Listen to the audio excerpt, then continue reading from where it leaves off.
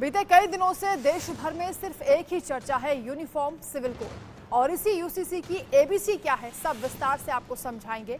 कानूनी जानकार क्या कहते हैं, किसकी जिंदगी में इसके आने से क्या बदलाव होगा, एक एक पहलू पर वकीलों के साथ भी चर्चा हम करने वाले हैं। लेकिन इससे पहले हम आपको बता दें कि प्रधानमंत्री मोदी ने यूसीसी का दांव ऐसे वक्त पर खेला कि जब हाल ही में पटना में विपक्ष के खिलाफ बीजेपी विपक्ष ने एकजुटता की कोशिश की और महागठबंधन की तैयारी की है।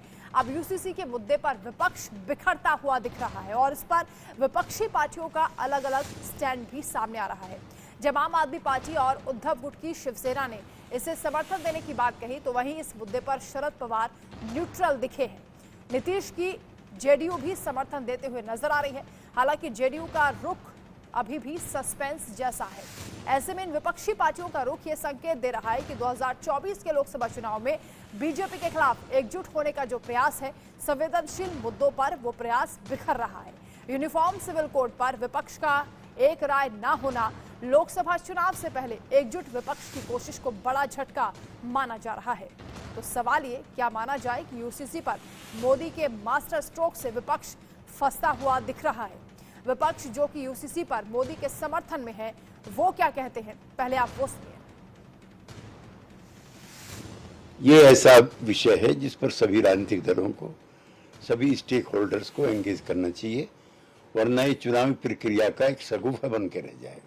वोट बैंक की पॉलिटिक्स सिर्फ और सिर्फ भारतीय जनता पार्टी करती है, जो हर बार चुनाव के मौके पर ऐसे बिंदु तलाश करती है जिससे धार्मिक ध्रुवीकरण हो और भाजपा को फायदा। इसमें दो पक्ष है।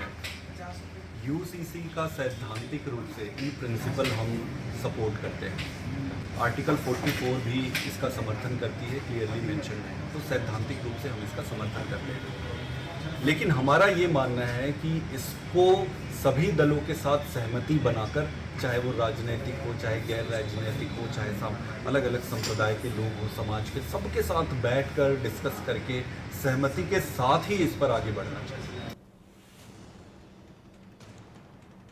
गृह मंत्री अमित शाह ने बिहार में सीएम नीतीश कुमार पर जमकर हमला बोला। लखीसराय में जनसभा के दौरान अमित शाह ने नीतीश कुमार को पलटू बाबू कहकर तंज भी कसा और कहा कि नीतीश कुमार सीएम बने रहना चाहते हैं, उन्हें प्रधानमंत्री नहीं बनना, वो तेजस्वी को बेवकूफ बना रहे हैं। उन्होंने कहा कि पलटू राम नीतीश बाबू ये कहते हैं कि 9 साल में क्या किया।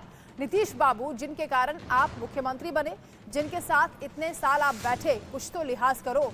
नीतीश बाबू, आप सुनना चाहते हो तो पूरा हिसाब देने आया हूं। अमित शाह ने कहा कि कांग्रेस 20 साल से राहुल बाबा की लॉन्चिंग कर रही है। इस बार भी पटना से कांग्रेस ने राहुल की विफल लॉन्चिंग की है। आपको 20 बार से फेल राहुल बाबा ही चाहिए या नरेंद्र मोदी, ये जनता को समझना होगा।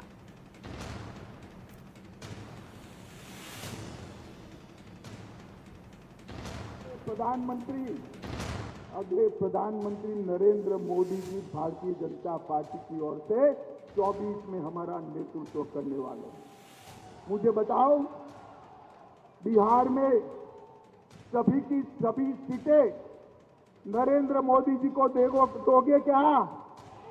जरा जोर से बोलो, दोगे क्या? बिहार को इस जंगल राज से फिर से मुक्त कराओगे क्या? ये भ्रष्टाचार करने वालों को मुंह तोड़ जवाब दोगे क्या? बिहार की जनता को तय करना कि 20 बार फेल लॉन्चिंग करने वाले राहुल बाबा चाहिए या नरेंद्र मोदी जी चाहिए। मुझे बताओ, 20 बार फेल लॉन्चिंग करने वाले राहुल बाबा चाहिए या नरेंद्र मोदी जी चाहिए? जोर से बोलो, कौन प्रधानमंत्री बनेगा? नीतीश बाबू, आपने क्या किया इसका हिसाब दीजिए। बिहार वालों, मुझे एक बात कहनी, जो आदमी, जो नेता हर बार घर बदले, इस पर विश्वास कर सकते हैं क्या? जोर से बोलिए, कर सकते हैं क्या? ऐसे व्यक्ति के हाथ में बिहार सौंपना चाहिए क्या? मित्रों, उनको भी मालूम है। इसलिए आज कांग्रेस के घर पर जाकर चौखट पर बैठे हैं, फिर से देश के प्रधानमंत्री बनने के लिए। उनको प्रधानमंत्री कुछ नहीं बनना है। शाम खा लालू जी को इस आयु में वो मूर्ख बना रहे हैं। नीतीश बाबू यहीं रहना चाहते हैं, मुख्यमंत्री रहना चाहते हैं और इसी बहाने सारे भाजपा विरोधियों को इकट्ठा किया। अभी एक बहुत बड़ा फोटो मैंने देखा और बहुत बड़ा फोटो देखकर मुझे आश्चर्य हुआ। उन्होंने कहा 20 पार्टियां आई, 20 से ज्यादा पार्टियां इकट्ठा होगी। वो बात तो सही है, 20 से ज्यादा पार्टियां इकट्ठा कर ली नीतीश बाबू, मगर ये 20 पार्टियां है कौन?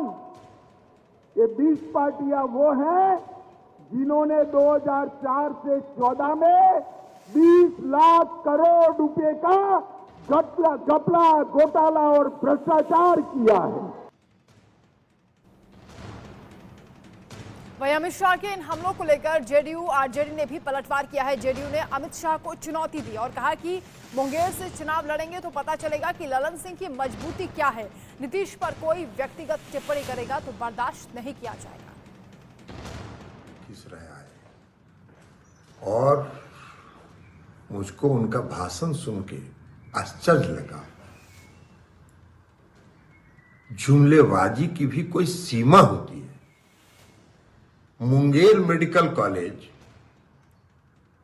कह रहे केंद्र सरकार ने बनवा दिया, इंजीनियरिंग कॉलेज केंद्र सरकार ने बनवा दिया। अरे भाई गृह मंत्री जी जरा कुछ ज्ञानवर्धन तो करते।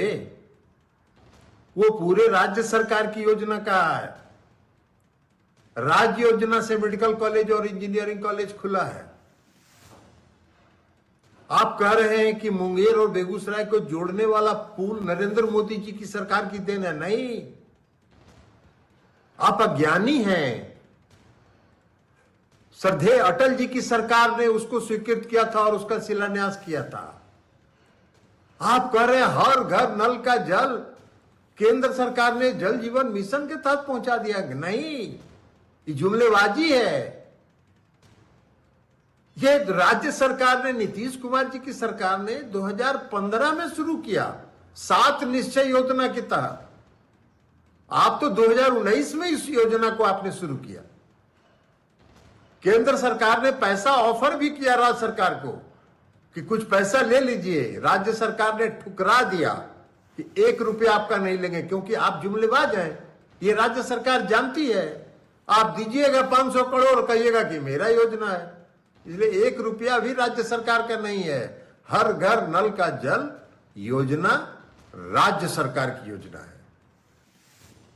देश के गृह मंत्री माननीय अमित शाह जी, राजनीति में लंपटई की भाषा नहीं, अगर लंपटई की भाषा बोलिएगा तो करारा जवाब देंगे। माननीय मुख्यमंत्री नीतीश कुमार राज्य के निर्वाचित मुख्यमंत्री हैं। अपमानजनक व्यक्तिगत टिप्पणी करिएगा तो राजनीति के पुष्ट दर पुष्ट आपका इलाज कर देंगे। सीबीआई, ईडी और आईटी से हमको डर नहीं लगने वाला है। अब आपके कलेजे में दम नहीं है। जिस दिन राजनीति में आंख दिखा दीजिएगा उस दिन दोनों आंख हम आपका देख लेंगे। नीतीश कुमार जी पर व्यक्तिगत टिप्पणी बर्दाश्त नहीं। आप वैकल्पिक राजनीति में आप हमसे बहस करिए। असत्य बोलने वाला, झूठा देश का गृह मंत्री हो, कह दिया मुंगेर में मेडिकल कॉलेज हमने बनाया, 638 करोड़ हमारा लगा, राज्य सरकार का आपका क्या लगा? 1 पैसा लगा है? अरे ये तो पूरे देश की जनता सवाल कर रही है कि देश का हाल बेहाल कर दिया मोदी जी की सरकार ने। आज केंद्रीय गृह मंत्री आदरणीय अमित शाह जी के भाषणों में कुछ नया नहीं था। वही घिसा पिटा कैसेट और रेडीमेड भाषण था जो भाजपाइयों का पिछले 3 दशकों से रहता। भ्रष्टाचार पर ये क्या बात करेंगे? देश के लुटेरे खजाना लूट कर देश का हो गए फरार और सोते रह गए चौकीदार। ये न जनता को बताते कि विशेष राज्य का दर्जा हम बिहार को देंगे, विशेष पैकेज देंगे, हमने क्या किया बिहार के लिए। ये जुमलेबाजी की बौछार बिहार में नहीं चलेगी।